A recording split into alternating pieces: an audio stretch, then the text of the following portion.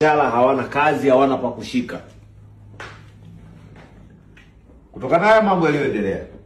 Kwa hiyo mimi binafsi sijutii kwa upande niliopo, wala celebrate kwa CCM. Wala celebrate kwa kataza watu kufanya maandamano, kwa sababu maandamano yamefanyika na yameleta vurugu, yameharibu vitu vya watu, watu wamepotea. Mimi siwezi kuwa mmoja kati ya watu ambao kuna mbona kama hili fridge ilivyo mtazamo. Hili fridge namna gani hivi? Mbona kama vitu hamna huko?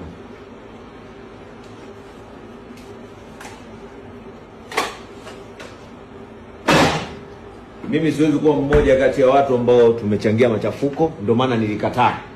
Watu wote ambao walihusika kuchangia kuwaambia watu waende barabarani wakafanye vurugu ni watu ambao wamesababisha uharibifu wa maduka haya ambayo tumeharibiwa magari na masheli manini. Mimi supermarket yangu imechomwa. Imeibiwa kila kitu kutokana na hizi mambo. Utasema mbona itangazaji? Sio kila kitu tunaweka kwa majina yetu, my friend. Njoo. Sio kila kitu tunaweka kwa maduka yetu kwa majina yetu, lakini kitu ambacho mmekifanya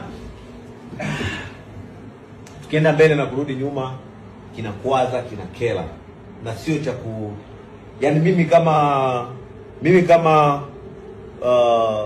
public figure sijutii kukataza watu kwenda kufanya maandamano. Sijutii. Hilo naliweka wazi. Sijutii kuwakataza watu kwenda kwenye maandamano kwa sababu nilijua kitakachoenda kutokea mbele ni nini. Unapogoma na umeambiwa usigome, wewe unakuwa tayari umefanya vurugu. Ni vitu tofautiana kiitikadi. Mimi kuwa CCM, wewe kuwa Chadema isifanye kuwa maadui mpaka tukataka kuuana.